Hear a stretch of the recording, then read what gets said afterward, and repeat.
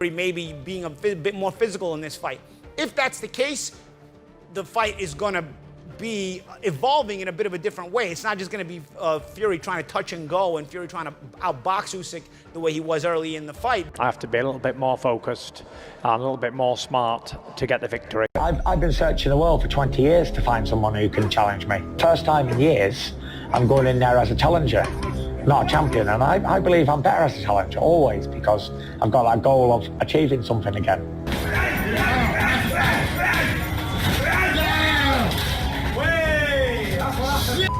Everything's going really well. I'm really looking forward to the opportunity to run it back and try and get those belts back. So I want to get that. I'm hungry for the revenge now, and I'm in camp already. I've been training 4 weeks already.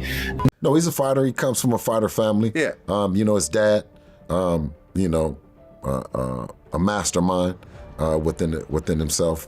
You know, so I expect a fight now. I expect Tyson to come. He's gonna come ready. The adjustments I need to make is less complacency, and a little bit more focus, and less clowning, because I was clowning a lot in the ring. I was doing a lot of showboating and messing around, and I wasn't focused 100% when I was in there. I was playing a lot of times and enjoying it too much, and I think I became complacent and got caught.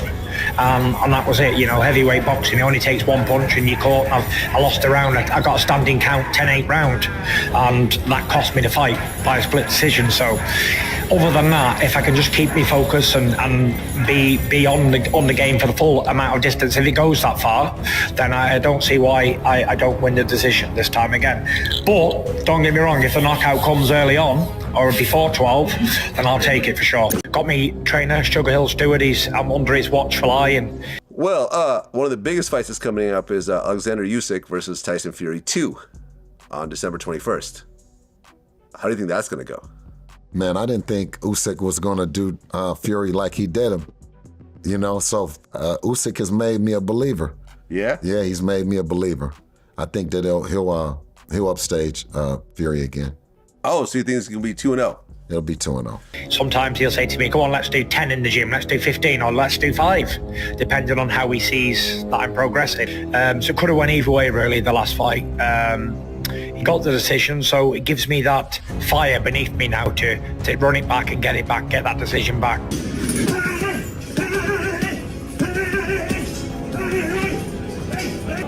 21st of December, I've got to put it right, and that's it. Do the best we can.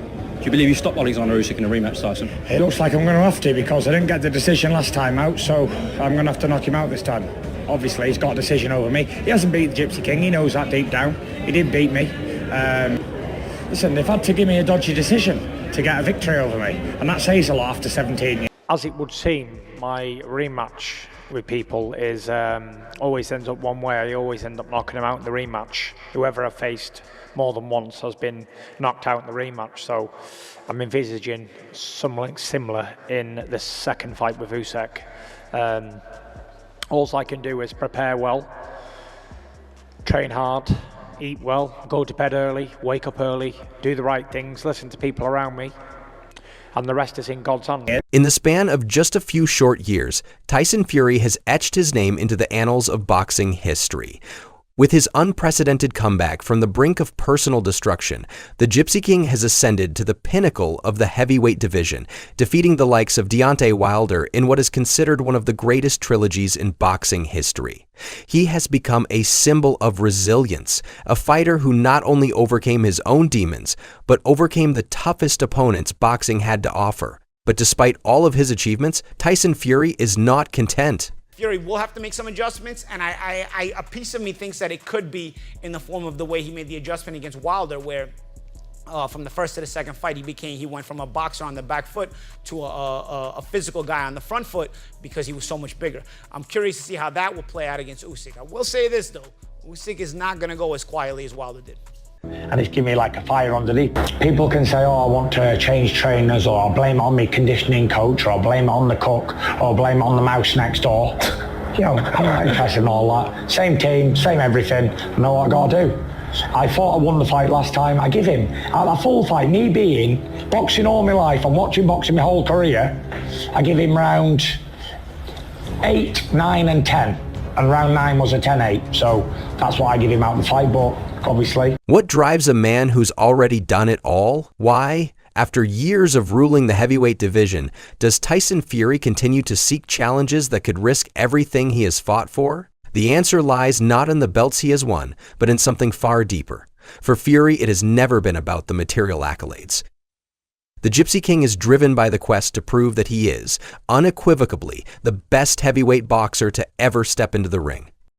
His fight against Oleksandr Usyk, a man who took one of Fury's most prized titles, the WBA heavyweight belt, is a fight of redemption.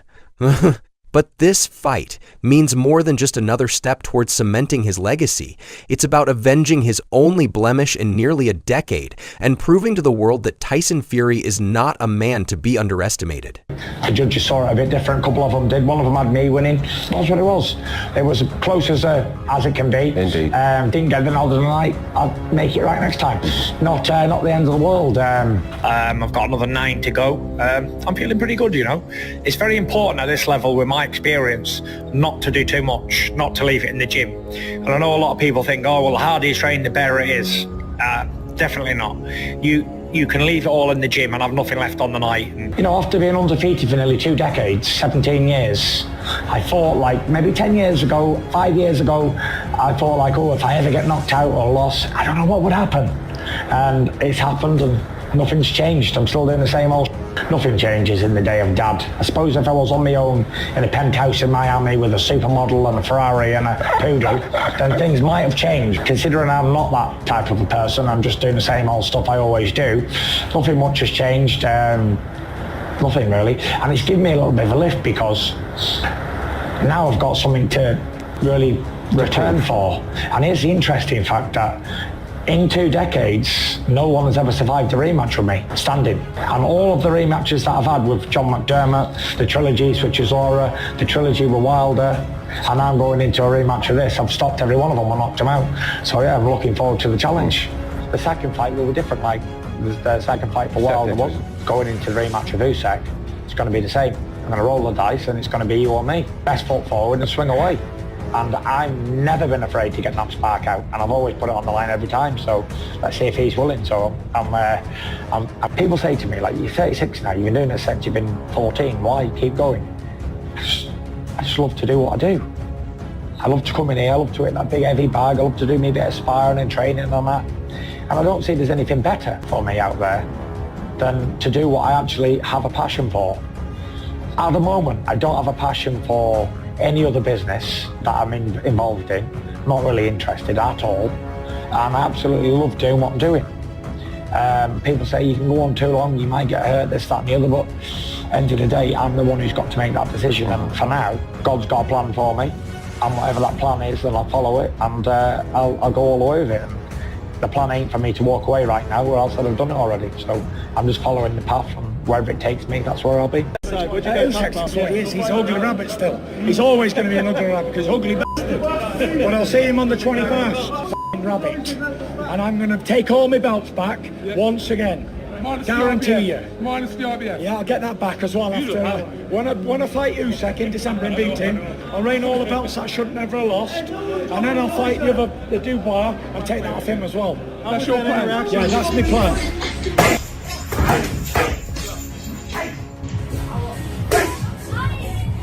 He's fighting Usyk again. Yeah. Oh man, that's a tough fight. It's rare that someone with that kind of technique gets into the heavyweight division. If you watch the Usyk fight, he was touching Usyk up in the beginning of the fight. Yeah. I mean, that reach and that jab, the accuracy that he has, technique and huge. And the heavyweights were never really that good. When you get up to the heavyweight division, guys it tends to be like a lower bar. He was doing really well in that fight until he started to slow down a little bit, and Usyk wound up just catching him. Total midget Usyk. He's so talented. He's so small for a heavyweight too. He's non-stop movement and his footwork and everything. It's so different than anybody else. When I beat Usyk next time, God willing, I do what I believe I can do. My own promoter said recently, today, in an interview when we both sat there, like, you win this and you're back on top and then there's no talking point, like, that's it, you put it behind you. And I said, no, Frank, that's not what we're gonna do. When I win this fight with Usyk, then there has to be a third fight. There has to be. Because if you win one and I win one, then there has to be a third fight. Regardless who won the second one, there has to be a third fight to see who is the best out of us two. One each, one decider. And that's what I'll look for after that. And then after that's done, in next year, maybe February or March, then I'll look for the winner of the rematch between AJ and Dubois. Let's just face it, if someone knocked me out in 5 rounds, the last thing I'd want to do is fight somebody else. I'd want to fight the mother who knocked me out. Isn't that what fighting men do? It's very important for me to not do that right now. A lot of inexperienced people will say to you, have you run further than you've ever run? Have you trained harder than you've ever trained? The answer is no, because you can only train a certain amount of hardness and run a certain amount of miles before you leave it all in the gym. I'm looking forward to the event. I'm looking forward to the fight. You know, the last fight we had in May, it was a close fight. He won on a split decision by a point. Every champion's journey is defined not just by their victories, but by their preparation. Behind every knockout, every victory, every belt won, there is a process that shapes a fighter. Tyson Fury's training camp for his rematch against Oleksandr Usyk is a statement in itself. He is ready, but he's also aware of the stakes. In the lead up to the rematch, Fury has been working under the guidance of his trainer, Sugar Hill Stewart. Sugar Hill has been instrumental in refining Tyson's skills, taking the raw talent of the Gypsy King and adding layers of technical precision to his already imposing physical presence. Sugar Hill's unorthodox methods, combined with Fury's natural ability, have already yielded astonishing results. But what has been the most striking about Fury's preparation this time around is the shift in his mentality. Every fight is different, Fury tells us. It's not about just being strong, it's about being smart. Usyk is tricky, and I've got to be ready for whatever he brings. This is no longer just about muscle and grit. It's about focus, discipline, and adapting to an opponent who demands the best. And when Fury speaks of his training camp, it's clear that this time there is no room for distractions. Fury is accustomed to unorthodox training regimens. His famous 400-pound weight loss transformation is one of the most legendary stories in boxing. But this time, Fury's training is different.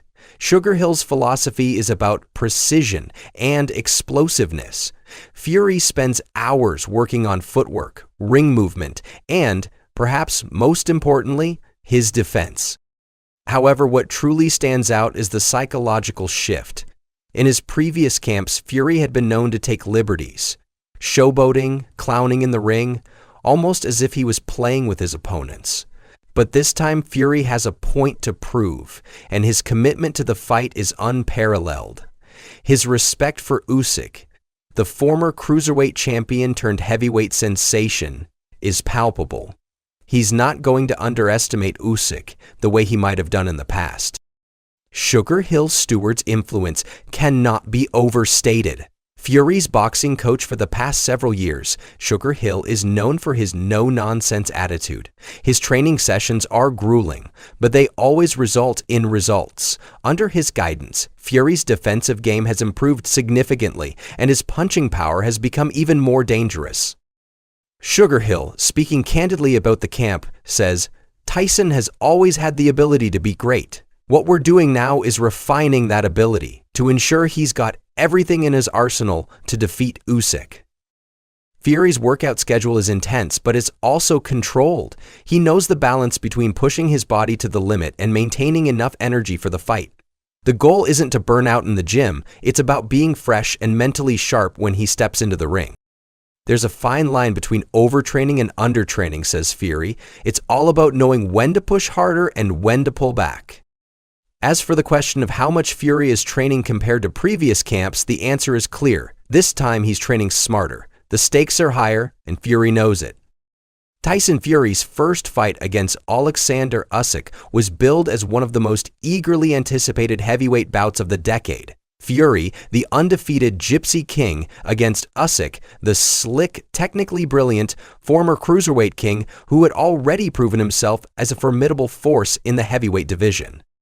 The fight was close, and for Fury, it was a bitter pill to swallow. While many felt the split decision could have gone either way, Fury was left with one undeniable truth: he had not performed at his best. What happened that night? Despite Fury's towering size and natural talent, Usyk's footwork and ring IQ presented a challenge that Fury had not fully prepared for. Fury admits that he became too complacent, allowing Usyk to control the pace of the fight. There was a moment of arrogance in his approach, perhaps believing that his natural size and strength would be enough to overpower Usyk. The result was a decision loss that Fury still can't shake off.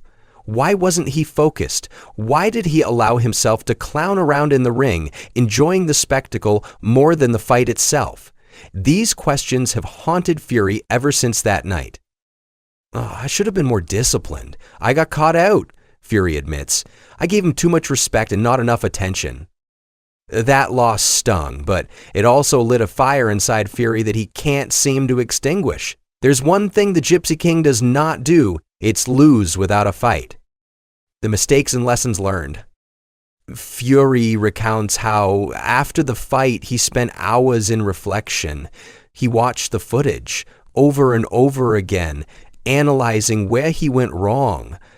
I can't be complacent again, he says firmly. I have to stay on my game the whole time. Usyk is a great fighter, and he showed that. The lessons from the first fight have been incorporated into his second camp. This time, there's no room for mistakes. The Gypsy King has vowed to be focused from round 1 to the final bell, prepared to make the adjustments needed to secure victory. Joe Rogan, a man who has seen countless fighters come and go, has recently been vocal about his admiration for Tyson Fury. On his popular podcast, Rogan expressed genuine shock at the transformation he's seen in Fury's training. You know, Tyson is a freak. The guy's been doing this for so long, but what's crazy is how he keeps evolving. The training he's doing now, especially under Sugar Hill, it's different. He's more focused, more disciplined. I'm really excited to see what he brings to the next fight with Usyk. Rogan's words reflect the broader shift in how people view Tyson Fury's approach to boxing. What once seemed like a chaotic, unpredictable force is now a calculated and disciplined fighter. Has Tyson Fury truly transformed himself into a fighter who can beat Usyk? His commitment to the fight is undeniable. With Sugar Hill's training methods and the lessons learned from past mistakes, Fury looks like a different fighter, an older, wiser version of the man who defeated Wilder and took down the world. But with age comes the inevitable question. Is this the last chapter of Tyson Fury's legendary career, or is there more in the tank for the Gypsy King to prove? As Tyson Fury prepares for his rematch against Usyk, there's no denying the magnitude of what lies ahead. Victory would not only mean regaining the titles he lost, but it would also reinforce his claim as the greatest heavyweight of his era. He would have beaten Usyk at his best and reasserted his dominance in the sport. But what happens if Fury loses again? Does his legacy take a hit? Or does he still remain one of the greatest heavyweights of all time? How much does this rematch mean to Tyson Fury, and how much does it mean to the world of boxing? For now, the Gypsy King is laser-focused. He's training with a level of discipline that even Joe Rogan finds shocking. With every punch, every movement, every moment of his camp, Fury is preparing to answer the biggest question of his career. Can he beat Usyk? As the world waits for Tyson Fury to step back into the ring for his rematch with Oleksandr Usyk, there's one thing that remains certain. Tyson Fury is not finished, not by a long shot. He has been to the depths of despair, but each time he's risen from it stronger than before. In the end, Tyson Fury is not just a fighter. He's a symbol of resilience. His legacy will be defined not only by his victories, but by his ability to continually rise, to challenge himself, and to fight for what he believes is his.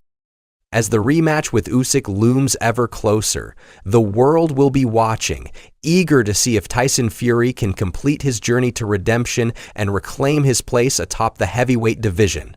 Will the Gypsy King's evolution be enough to secure victory? Or will Usyk's slick skills prove too much once again? One thing is for sure. This is a fight that will define Tyson Fury's legacy and perhaps the future of heavyweight boxing itself.